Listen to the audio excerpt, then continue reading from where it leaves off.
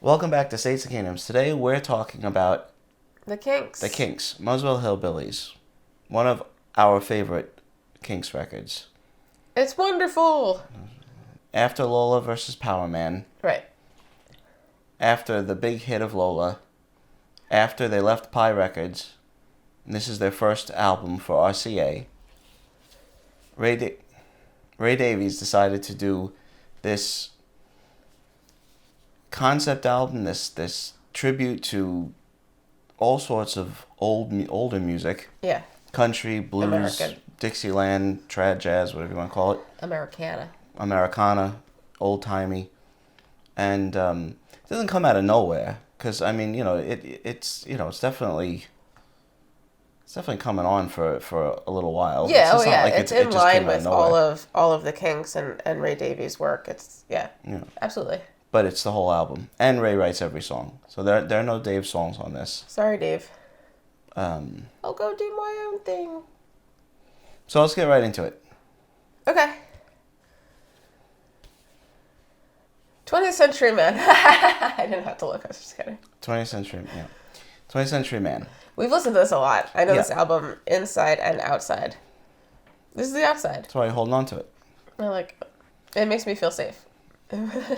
Something into my head. 20th Century Man is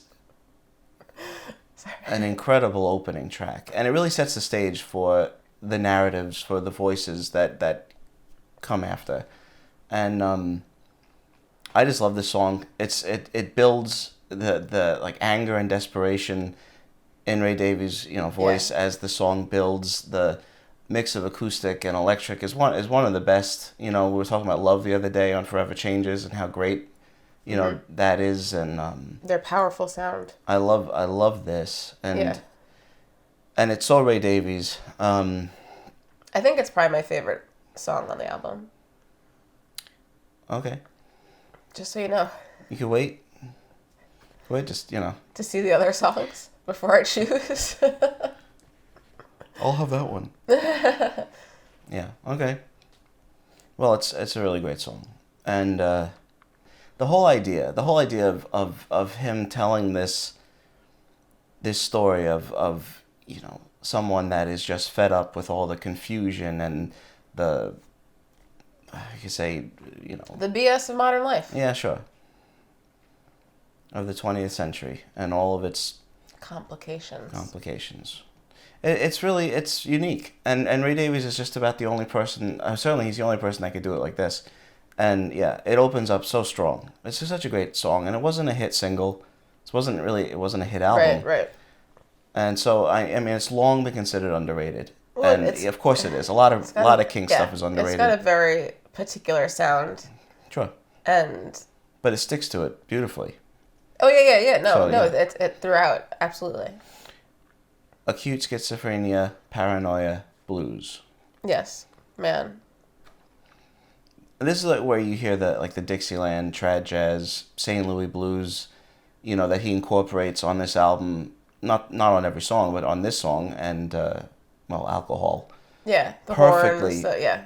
It's completely genuine. And it's produced so that it really does. It does have That older quality. it's not slick. It has an older It's a little sound to it. crunchy. I like it. Yeah, that's a great song. And again, his lyrics, his ability to just to tell stories, create characters without being theatrical. He had really honed his dramatic skills. He only changes his voice so slightly. He does that. And He has such a great voice too. So, I always infuse- loved Ray Davies' singing he does. voice. to infuse humor and pathos into all of his songs in a way that's just smooth, and it's amazing. Kinksian. It's almost Dickensian, Yeah. like Dickensian. The Yeah, Kinksian. sure. That's deep. Yeah, sure. That's some philosophical shit. Holiday. So Holiday and Skin and Bone are both the two songs that point right at Love and Spoonful. Yeah, I mean that they're the influence of Love and Spoonful. I mean they were certainly respected by They're a big band. a lot of people, and you can definitely hear that in the Kinks from '66 on, but never really quite as strong as on this album, and I guess that's to be expected. The jug band sound of Love and Spoonful, the sense of humor, the just everything about that fits in perfectly here, and yeah, I love these two songs. Yeah, and also like Skin and Bone. That's the diet I'm currently following. I'm gonna have to cut that out. Why? It's actual advice. It's nutritional advice. Yeah, it always reminded. I mean, I always think of Bald-Headed Lena. It's really not similar. The songs are different. No, of course. I love that song. Love and Spoonful, awesome. But yeah, Alcohol already mentioned. I mean, it's definitely, again, Dixieland. It's got that like low heavy like swing to it. Yeah, it's the that sort of St. Louis blues feel, and it actually reminds me. It has always reminded me. I guess always, not always. I don't know how long. Do you want me to calculate? A long time. 40 years. Of the Jimmie Rogers song, Gambling Barroom Blues. Mm. It has that sound. It just has that, 20s sound, teens, 20s. St. Louis Blues. Hey, you downs on your luck. Again, though, just perfect. And is this song catchy. It really is. Also love the live version that's on Everybody's in Showbiz. Mm-hmm. Because it's a real, it's like a real sing-along. Yeah, he's such an incredible performer. Anyway. Here Come the People in Grey? Yeah. Here Come the People in Grey, about sort of, I guess you could sort of call it urban renewal. At least that's what it would have been sort of called in this country. Yeah, totally. I mean, happened in the Bronx. Happened in Holloway. Anyway, yeah. Have a cup of tea. I mean, it's really interesting. I mean, it's hard to say that. I mean, there's like a blending of things. It's Americana, which is also everything that's already part of rock and roll, but also, I mean, the Kinks were the band that were able to blend like music hall in with rock and roll, in my opinion, most perfectly. I mean, seamlessly. No, it's been done the big time. They just did that. They really did that so well. And so, I mean, this isn't like music hall necessarily, but this is obviously, I guess you could say, the most English song on the thing just because of that. And it's also so funny. But it's all the, tea with a cup of tea. Your tea with the afternoon tea. It's funny. Yeah, it is. It's a really good song. And I mean, obviously. But we drink tea too. Of course. Tito too. Of course. It didn't all go in Boston Harbor. No, we kept some. Holloway Jail. That's my favorite song on the album. It's a great song. That Holloway Jail is really, and again, very catchy. This whole album. Just a beautiful melody. I love this. I love the melody in this. Oklahoma, USA. It's like the precursor to Everybody's in Showbiz. Well, yes, it's got a little celluloid. But better, celluloid heroes. But better done. But more subtle. Personal. Yeah. Making the personal universal. Well, yeah, but of course, and telling stories derived from his own experience, like whether it's about, his uncle Arthur or his sisters or, something that, of course, someone of his brilliance, should be able to do, but some people don't do it so well. Yeah. We're not going to name names. No names. Well, I'm just saying. He does it so well. He's amazing.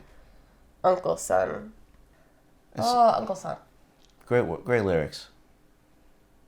It's catchy too. Of course, yeah. Sure is. It goes without saying. These are all catchy. And finally, Muswell Hillbilly. It's a great song to wrap up the whole album. Well, it does remind me. This and Arthur were the Kinks albums that, I mean, I think both of us probably listened to most. Arthur was my first Kinks album. Other than that, actually, I think the Kink Controversy, strangely enough, was what I listened to just over and over again. Arthur kind of, the song, and this kind of cross over a little bit. Yeah, me too. For me too. For me. And, they're both, so great. I love the opening guitar on this. I really do. I just think it's such an awesome sound. I don't always, like we were saying that this fits in really well between, Lola versus Power Man and Everybody's in Showbiz. Musically, it does. Yeah. But this is obviously, it goes right through. More concentrated on old-timey Americana type music, and I don't always love that. That's why I think this is interesting. I love this album so much. I don't love that either. I don't always love that. I mean, in a way, you could say this is almost like their Sweetheart of the Rodeo, or Rodeo. It's like their Mumford and Sons. Okay. I guess we're done. The Kinks are incredible. Ray Davies is, in my opinion, the greatest British songwriter of that time, or any time. Yeah. He is. It's my opinion. That he wrote so many songs, so many incredible songs, and Dave is a good songwriter too. Yeah, Dave has some great songs. But such incredible songs, like just over and over, and their '70s albums are still great, I think. But this is such an incredible... all their albums up through into the '80s. Mm-hmm. I mean, they're all really good. Mm-hmm. This is our first Kinks video. We're going to talk about the Kinks a lot more. I don't know how we didn't talk about the Kinks yet. I don't know. But there you go. Yeah. Muswell Hillbillies, everybody. And Ray's on the back. Yeah. There he is. Figured that out. So thank you so much for watching. Please make sure to like and subscribe and comment below. Let us know what you think. And stay tuned because we'll be back with another video very soon. Thanks for watching.